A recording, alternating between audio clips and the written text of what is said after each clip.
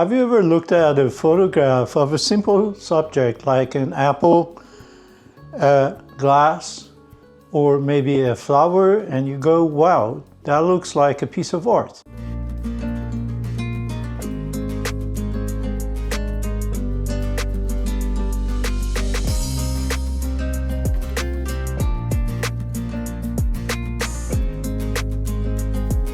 Still photography is one of the best ways to improve your photography skills because you're in control of everything. You're in control of the composition. You can place these subjects anywhere that you wish to make a great composition. And the most important thing is that you're in control of lighting.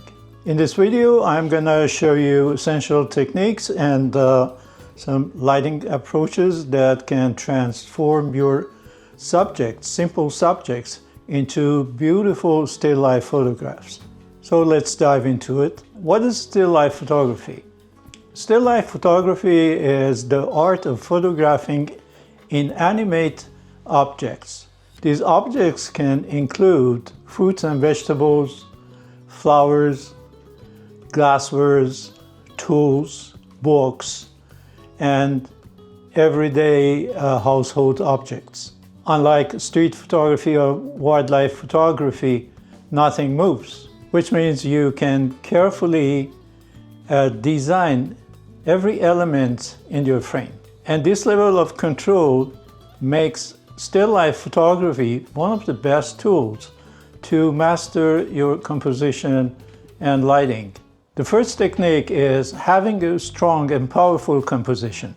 And before turning your camera and lights on, you have to give the priority to composition. Think of still life photography as a visual storytelling. You must ask yourself, what is the main subject?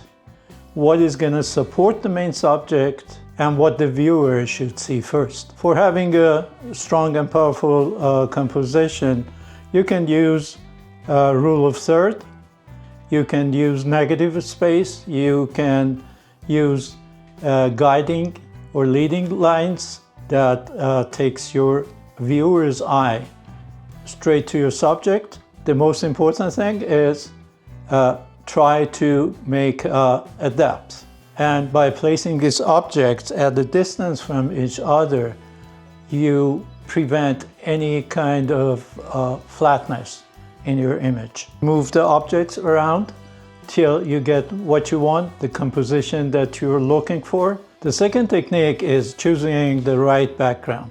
Choosing the right background just creates the mood of your still life photo. Some popular choices include wooden tables, texture boards, a dark reflective glass, or a neutral wall. Choosing the right backgrounds, it's going to support the story that you are telling. Stay away from cluttered backgrounds because they're going to distract your viewer and it's not going to support your subject. The third technique is controlling depth of field, or DOF. When it comes to controlling depth of field, you have two choices, shallow depth of field and deep depth of field. When you want to have a shallow depth of field to give your subject a dreamy look and separate it from the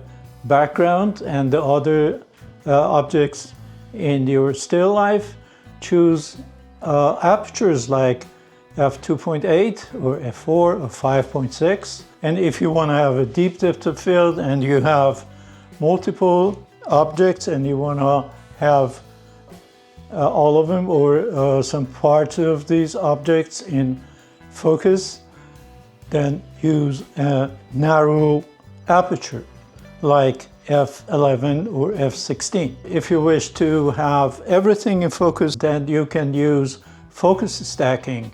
And if you want to know more about focus stacking, watch this video of mine. Now we are going to get to the most important thing in shooting still life, and that's light. Side lighting is one of the most powerful techniques when it comes to still photography. In this technique, your light source is placed to the side of your object or objects, and it creates a texture, shape, and depth. And it works well with most objects, including some like antiques or fruits and vegetables and flowers. It adds a natural and dramatic look to your scene. The second technique of lighting is backlighting. In this case, you place the light behind the subject or subjects. This technique is perfect for glass, for transparent objects, for liquids, and for leaves and flowers. By using this technique, you can have the effects of a beautiful glow and rim lighting around your object or objects. It helps to separate your subject from the background and gives it a depth. Another lighting technique is top lighting.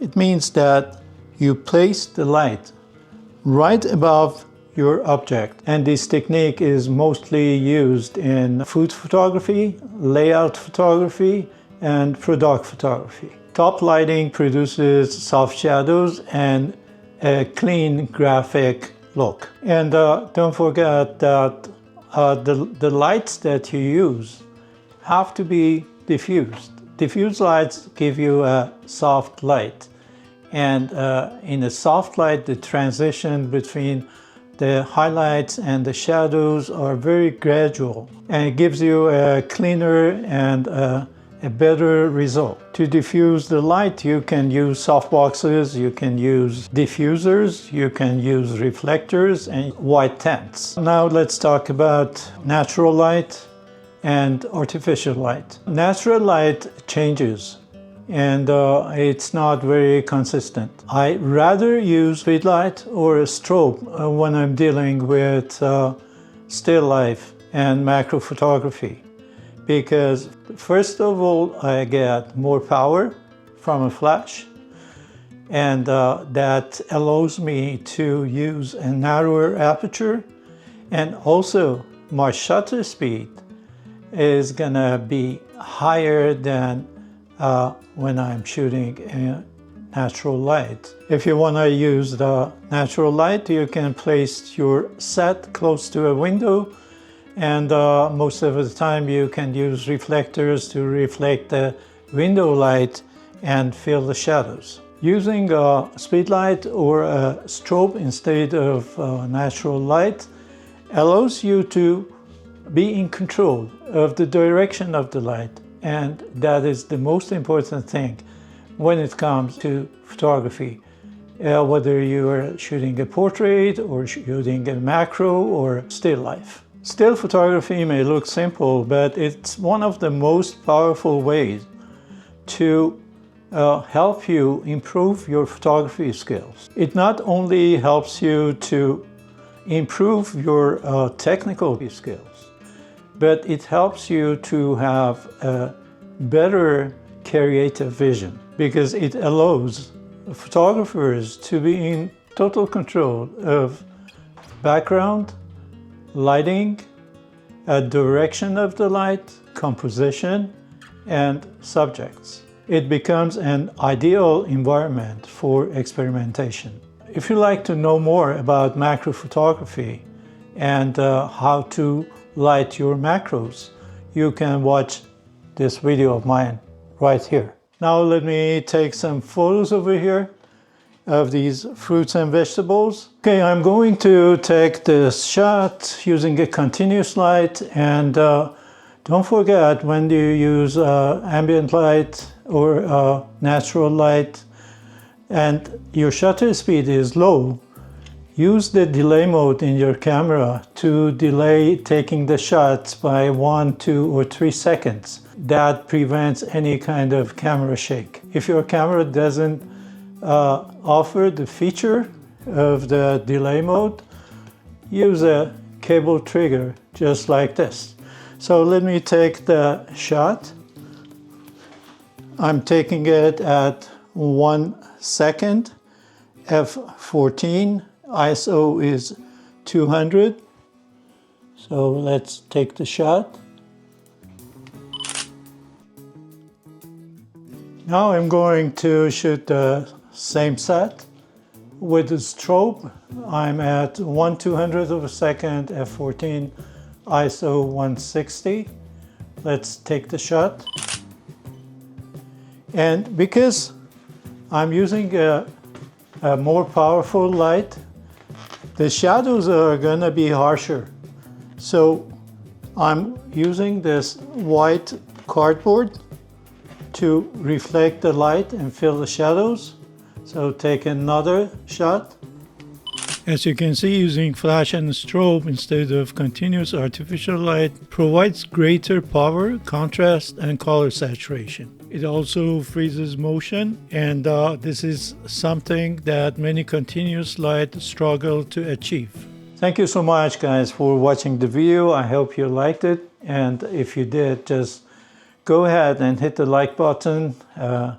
I post a new video every week on Monday or Tuesday, and just by subscribing you won't miss any of the upcoming videos. If you have any question, just leave it in the comments. I'll be more than happy to answer them for you. As usual, take good care of yourself, keep shooting. I see you soon.